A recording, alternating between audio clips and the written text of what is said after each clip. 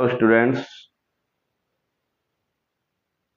आज हम लोग इस वीडियो के थ्रू जो है ईट के तमाम तरह के यूज को देखेंगे। किस किस सेंस में ईट का यूज होता है। ओके, हम लोग हिंदी टू इंग्लिश ट्रांसलेट भी करेंगे और ईट का प्रयोग भी देखेंगे। ईट मत वैसे तो जनरल ईट का मतलब यह होता है, ईट माने यह, लेकिन बहुत से ऐसे सेंटेंस होते हैं जहां पर ईट का कोई अर्थ ही नहीं निकलता है। तो ऐसे सेंटेंस, ऐसे ईट के यूज को इंट्रोडक्टरी ईट या एम्प्टी ईट कहते हैं। ओके, तो हम लोग आज ट्रांसलेशन पढ़ेंगे। ट्रांसलेशन में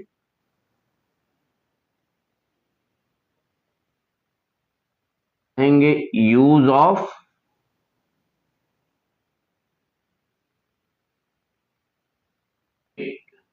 ईट का प्रयोग। ओके, तो शुरू करने से पहले सबसे पहले तो हमारे चैनल में आप जो भी हैं, जो लोग नए हैं, वो हमारे चैनल को सब्सक्राइब कर लें और बेल आइकन को ऑल पे कर लें कि जो भी नया वीडियो हमारा बने उसका नोटिफिकेशन आपको मिल सके। ओके, तो आइए शुरू करते हैं आज का ये नया topic, use of it. It का प्रयोग। आप लोग जानते हैं इट माने यह होता है। इट मतलब होता है यह, ठीक है। तो इट माने यह होता है, लेकिन इसका प्रयोग हम लोग माने बहुत समझदारी से करना चाहिए, बहुत ही ध्यान से, क्योंकि ये जो है कई सेंस में यूज होता है। सबसे पहले देखिए इट का प्रयोग। पहला सेंस, किसी वस्तु का परिचय कराने। किसी वस्तु का परिचय कराने में। जैसे अगर हम एग्जाम्पल लें, यह एक घड़ी है, तो यहां पर तो यह के लिए इट लगाएंगे। It is a watch. यह एक घड़ी है, घड़ी का परिचय हमसे कराया जा रहा है। यह एक सेब है। It is an apple. यह एक सेब है। ओके, तो इस तरह से यहां पर तो यह के अर्थ में जो है किसी वस्तु का परिचय कराने में इट का यूज करते हैं। यहां पर इट का अर्थ यह निकलता है। लेकिन जब सेंटेंसेस में बहुत से ऐसे सेंटेंस होते हैं जिसमें इट का कोई अर्थ ही नहीं निकलता, तो ऐसे इट को जो है इंट्रोडक्टरी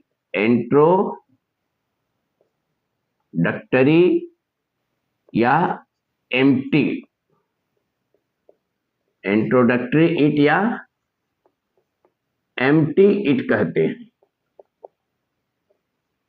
ओके, तो हम लोग इट के साथ किस किस तरह के वर्ब का यूज होता है, सबसे पहले ये देख लीजिए। स्ट्रक्चर में इट के साथ किस तरह के वर्ब का यूज होता है। इट के साथ प्रेजेंट में इज, पास्ट में वाज और फ्यूचर शो करने के लिए विल बी, इसका यूज होता है। ओके, प्रेजेंट में इज, पास्ट में वाज था थी और फ्यूचर में विल बी यानी कि होगा होगी। इज मीन्स है। तो और इसके बाद जो आता है वो कोई नाउन यानी कि कॉम्प्लीमेंट होता है। कॉम्प्लीमेंट। ओके, ये जानना जरूरी है कि इट के साथ कौन सा वर्ब यूज होता है। अब हम लोग देखेंगे ऐसे सेंटेंसेस जिसमें इट का कोई अर्थ ही नहीं निकलता है और वो सेंटेंस में आता है तो उसका यूज हम कैसे करते हैं। ओके, तो सब आप देखिए, as an introductory, as an introductory it, introductory it के रूप में इसका यूज हम लोग पढ़ेंगे। तो सबसे पहले जब सेंटेंस से, हिंदी के वाक्य से मौसम या ऋतु का बोध होता है, मौसम यानी कि वेदर, और ऋतु यानी कि सीजन, ऋतु या सीजन का बोध, जब सेंटेंस से मौसम का बोध हो या सीजन का बोध हो, वेदर या सीजन, तब जो है हम सेंटेंस में जो है इट का प्रयोग करते हैं सब्जेक्ट के प्लेस पर। लेकिन हिंदी के वाक्य में जो सब्जेक्ट के प्लेस पे आता है हिंदी के वाक्य में, वो इंग्लिश में जो है वर्ब के बाद आता है। ओके, और इंग्लिश में वहां पर सब्जेक्ट की जगह इट का प्रयोग करते हैं। जैसे देखिए, आज गर्मी है, आज गर्मी है, यहां देखिए सब्जेक्ट के प्लेस पर गर्मी आया हुआ है। आज गर्मी है तो मौसम का बोध करा रहा है। ऐसे सेंटेंस में जो है हम सब्जेक्ट के स्थान पर इट का प्रयोग करते हैं, और यहां पर इट का अपना कोई अर्थ नहीं निकलता है। तो इट के साथ अब देखिए, जब इट का प्रयोग कर लेंगे तो सेंटेंस फिर अब हिंदी के वाक्य के बिल्कुल अंत में आ जाएंगे, और वहां से हम हिंदी के वाक्य में लौटेंगे और इंग्लिश में लिखते चले जाएंगे। आपका ट्रांसलेशन बिल्कुल जो है कंप्लीट हो जाएगा। तो इट लगा देंगे, उसके बाद है के लिए इज, इट इज, फिर गर्मी यानी हॉट, आज यानी today, it is hot today. Okay, ऐसे जगह पर इट का अपना कोई अर्थ नहीं है, और ऐसे ही जगह इस तरह के इट के यूज को ही एम्प्टी इट या इंट्रोडक्टरी इट कहते हैं। जैसे देखिए, कल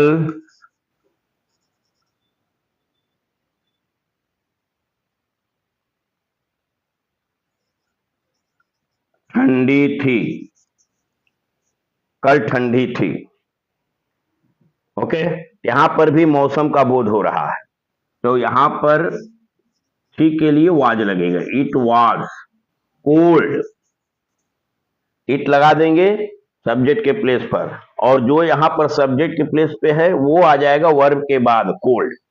तो इट वाज कोल्ड एस्टरडे, यहां बीते हुए कल की बात हो रही है, एस्टरडे। ओके, तो इस तरह से जो है हम जब मौसम का बोध होगा या ऋतु का बोध होगा, तब हम ऐसे सेंटेंसेस में जो है सब्जेक्ट के प्लेस पर इट का प्रयोग करते हैं। देखते हैं नेक्स्ट एग्जांपल।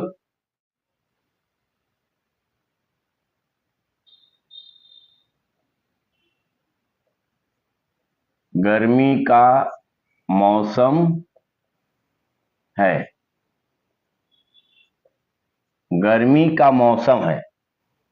ओके, ये गर्मी का मौसम, ये पूरे मौसम का बोध हो रहा है, मतलब कि जो 2-3 महीने का होता है, तो ऐसे मौसम को ऋतु कहते हैं। ठीक ना, और जब 1-2 दिन के मौसम का बोध होता है वाक्य से, तो वो जो है वो आपका जो है वो वेदर कहलाता है, वो 1 दिन का मौसम। ठीक ना, तो यहाँ पर गर्मी के मौसम के लिए हॉट का नहीं, समर का यूज करेंगे। ये होगा गर्मी का मौसम है, इट इज समर। सीजन आपको लगाना हो लगा दीजिए, इट इज समर सीजन। ठीक, जाड़े का मौसम था, जाड़े का मौसम था, यानी कि क्या हो जाएगा, it was winter, it was winter, इतने में भी काम कंप्लीट हो गया, क्योंकि विंटर नाम ही जो है वो एक सीजन का है। ओके, सीजन लगा भी देंगे तो भी सही है। इस तरह से जो है मौसम या ऋतु, वेदर और सीजन का बोध होने वाले सेंटेंस को जो है, सेंटेंस में का प्रारंभ हम इट से करते हैं। यहां पर इट जो है सब्जेक्ट का काम करता है, ठीक है, और जो हिंदी के वाक्य में सब्जेक्ट के प्लेस पे होता है, ये वो जो है इसमें इंग्लिश में वर्ब के बाद आता है। ओके, अब देखिए नेक्स्ट यूज और एक अगला यूज, समय, दिन,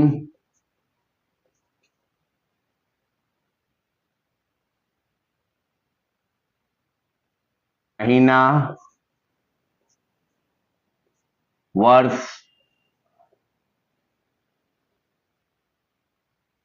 अवसर,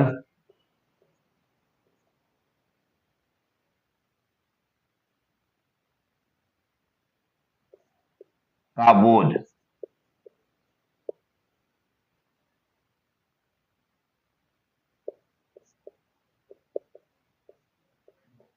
देखिए, जब हिंदी के वाक्य से समय का बोध हो, दिन का बोध हो, महीना का बोध हो, वर्ष वर्ष का पता चले, किसी अवसर का बोध हो, तब हम ऐसे सेंटेंसेस को जब ट्रांसलेट करेंगे तो इंग्लिश का सेंटेंस जो है इट से ही प्रारंभ होगा। ओके, जैसे एग्जांपल देखिए, अभी 12 बजे हैं, अभी 12 बजे हैं।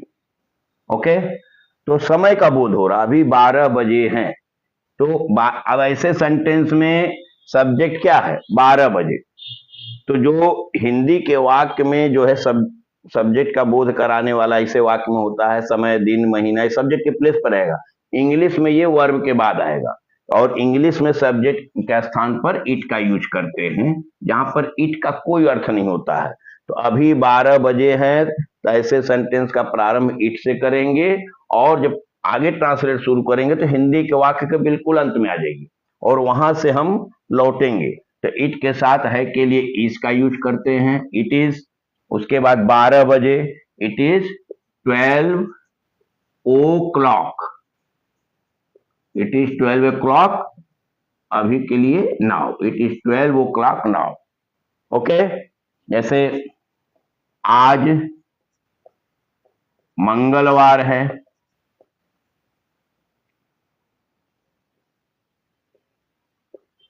आज मंगलवार है, दिन का बोध हो रहा है। ऐसे सेंटेंस का भी प्रारंभ हम इट से करते हैं, और है फिर आ जाइए अंत में, और यहां से हिंदी में लौटिए और इंग्लिश में बढ़ते चले जाइए, अपने आप सेंटेंस ट्रांसलेट हो जाएगा। इट इज मंगलवार, Tuesday, today, it is Tuesday today. अब इसी तरह देखिए, महीने का बोध कराने वाला वाक्य, जनवरी का महीना था,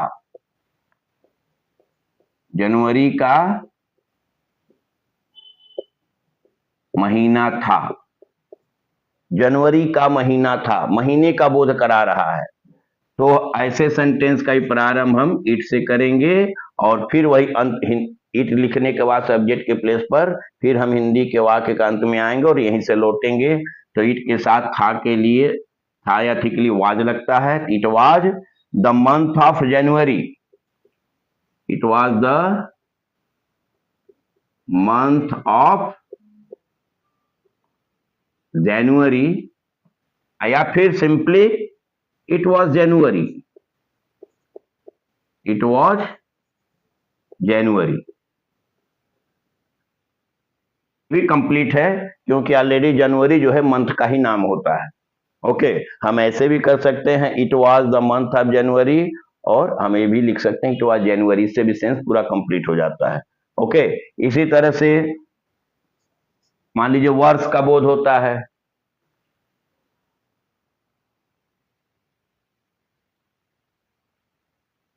उन्नीस सौ सैतालीस था, वर्ष 1947 था। मान लीजिए वर्ष लगा दीजिए, वर्ष 1947 था, मतलब ये वर्ष का बोध करा रहा है। हम ऐसे भी सेंटेंस में सब्जेक्ट का के स्थान पर इट का प्रयोग करेंगे। ओके, क्योंकि यहां पर सब्जेक्ट का बोध ही नहीं होता है, सब्जेक्ट के प्लेस पर ये आता है, लेकिन इंग्लिश में जो है ये वर्ब के बाद आएगा।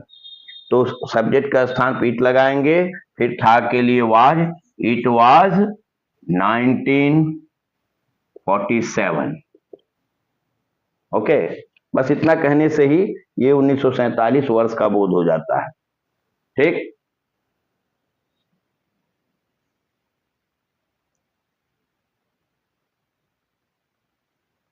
25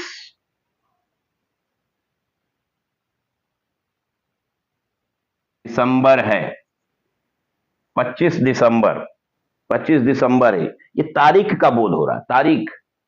ओके, डेट, तो डेट के पहले, डेट के साथ भी जो है डेट का बोध कराने वाले सेंटेंस का भी प्रारंभ हम इंग्लिश में इट से ही करते हैं। तो क्या हो जाएगा, it is 25th, it is 25 December, 25th of December, it is 25th of December, या 25 दिसंबर है, तो तारीख का बोध कराए, या फिर मतलब डेट, या ईयर, या मंथ, या डे, या टाइम, ऐसे सेंटेंस का प्रारंभ भी हम इंग्लिश में इट से करते हैं। और फिर जो हिंदी के वाक्य में सब्जेक्ट का स्थान पे आता है उसको वर्ब के बाद लिखते हैं। ओके, जनरली हम लोग इस तरह का अगर यूज जो है अपने डेली अगर करते हैं अपने स्पीकिंग में, तो ये जो है इसका थोड़ा सा प्रभाव बढ़िया पड़ता है, क्योंकि जनरली अक्सर लोग पूछ देते हैं what is the time by your watch. तो अगर आप इसको बता सकते हैं तरीके से तो थोड़ा सा सामने वाले को भी अच्छा लगेगा। It is 12 o'clock now, it is 11 o'clock। Okay, इस एग्जाम्पल को देखिए,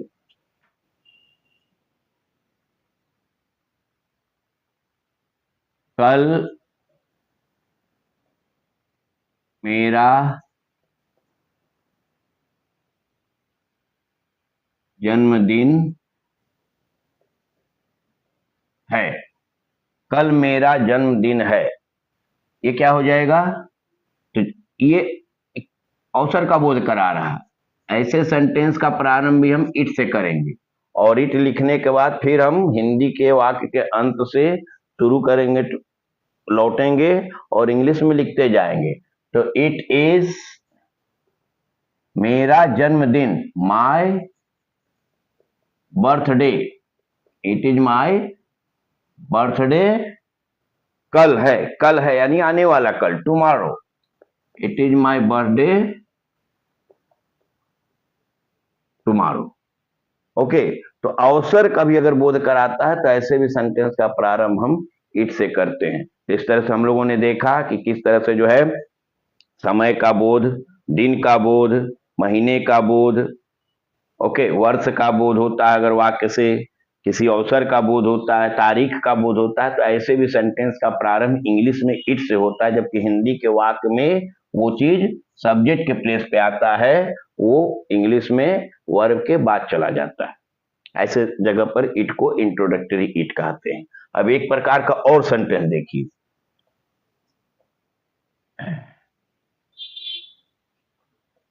अपनी बातों पर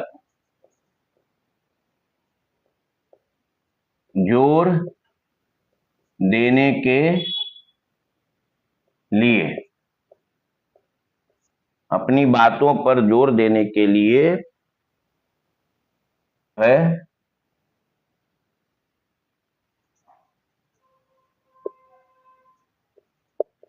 सब्जेक्टिव केस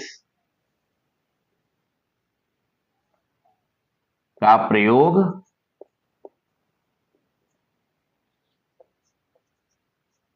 वर्ब के बाद करते हैं। देखिए, एक ये भी है, अपनी बातों पर जोर देने के लिए सब्जेक्टिव केस का प्रयोग वर्ब के बाद करते हैं, लेकिन ऐसे सेंटेंस में सब्जेक्ट के प्लेस पर इट आता है। जैसे एग्जांपल देखिए, सबसे पहले सिंपली मैं हूं, मैं हूं, के किसी ने पूछा who is there at the gate, जवाब देना है मैं हूं। तो मैं हूं यानी कि यहाँ ऐसे सेंटेंस को अगर इंग्लिश में कहना है तो इट इज ये सब्जेक्टिव केस आएगा जो कि ऑब्जेक्ट के प्लेस पर आएगा। इट इज आई वर्ब के बाद आएगा, इट इज आई, मैं हूं। तुम हो या तुम थे,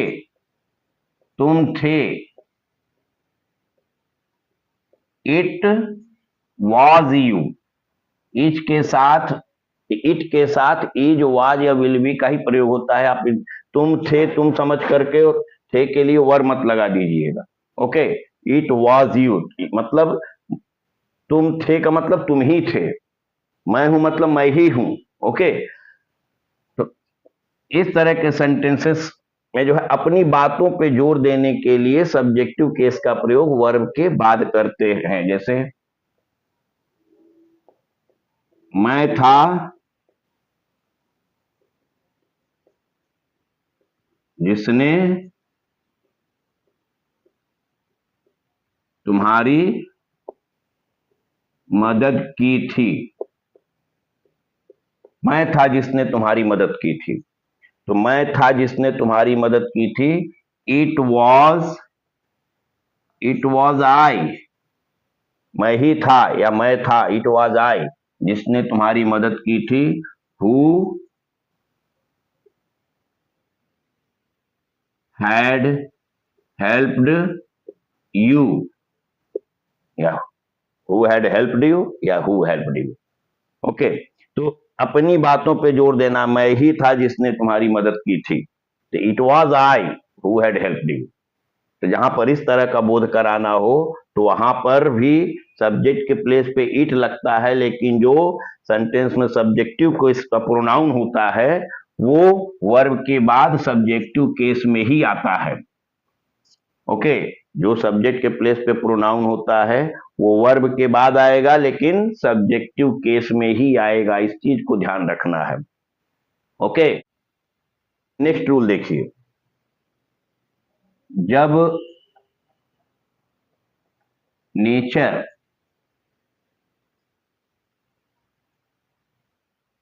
संबंधी कोई घटना हो,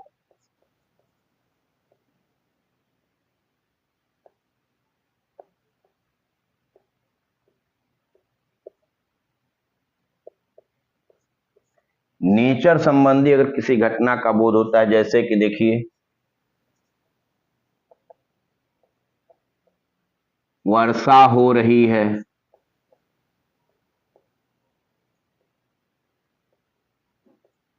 वर्षा हो रही है। अब वर्षा होना ये वर्ब है, ये ऑलरेडी वर्ब है। इस सेंटेंस में सब्जेक्ट है ही नहीं। ऐसे सेंटेंस में भी सब्जेक्ट के प्लेस पे इट का यूज करते हैं। और हो रही है, वर्षा हो रही है यानी इज, इट इज, वर्षा होना यानी रेनिंग, इट इज रेनिंग, वर्षा हो रही। ओके, इसी तरह देखिए बर्फबारी हो रही है, बर्फबारी हो रही, यानी बर्फबारी हो रही थी।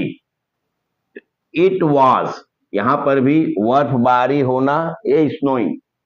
तो ऐसे सेंटेंस में भी सब्जेक्ट के स्थान पर इट का प्रयोग करते हैं, इट वॉज स्नोइंग। ओके, तो जब मौसम का बोध, क्या नाम है, नेचर संबंधी कोई घटना अगर बोध होता है तो ऐसे सेंटेंस में भी हम जो है सब्जेक्ट के प्लेस पर इट का ही प्रयोग करते हैं। जैसे रिमझिम,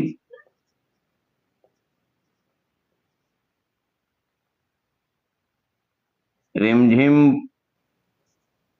बरसात हो रही है। रिमझिम बरसात हो रही है, तो रिमझिम बरसात हो रही है, तो रिमझिम बरसात होना यानी ड्रिजलिंग।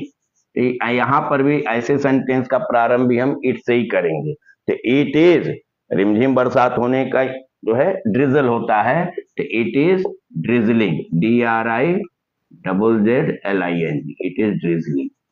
ओके, तो किसी नेचर से रिलेटेड कोई भी अगर घटना का बोध हो तो ऐसे सेंटेंस का भी प्रारंभ हम इट से ही करते हैं। ओके, अब देखिए एक और रूल कि जब हिंदी के वाक्य में सब्जेक्ट के प्लेस पर कोई इंफिनिटिव आता है, या कोई जीरंड आता है, या कोई क्लॉज आता है,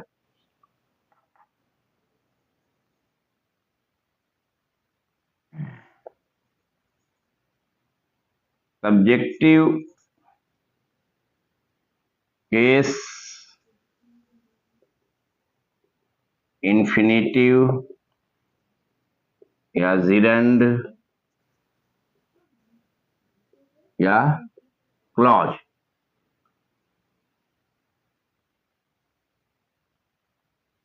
को भी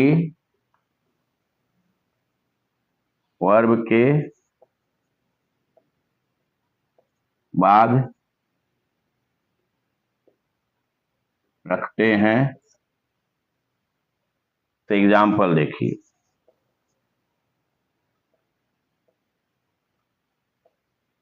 कहना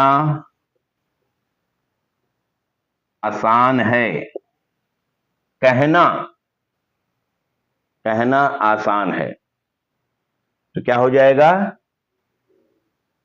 ऐसे सेंटेंस का प्रारंभ इट से करते हैं। इट के बाद वर्ब के बाद वो इंफिनिटिव आना है। कहना आसान है, इट इज इजी टू से। यहाँ इंफिनिटिव हिंदी के वाक्य में सब्जेक्ट के प्लेस पर है, हम इसको जब ट्रांसलेट करेंगे इंग्लिश में तो वो वर्ब के बाद ही आएगा। कहना आसान है, इट इज इजी टू से।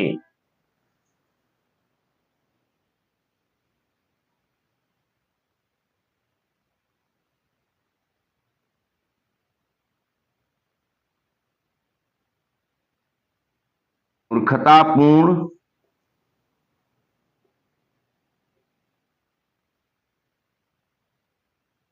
व्यवहार था, मूर्खतापूर्ण व्यवहार था, ये क्या हो जाएगा, it was foolish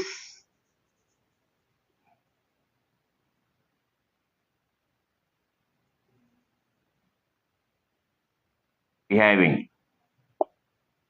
it was foolish behaving.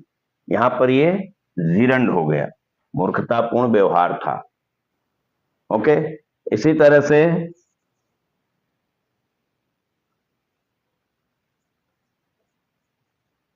दुख की बात है कि वह नहीं रहा। अब इसका ट्रांसलेशन, दुख की बात है, यहां पर ये पूरा का पूरा क्लॉज आ गया, दुख की बात है। इसका ट्रांसलेट होगा, इसका translation, it is sad, it is sad, ठीक है, दुख की बात है। ओके, अब इसके बाद दैट, कि वह नहीं रहा, ही इज नो मोर।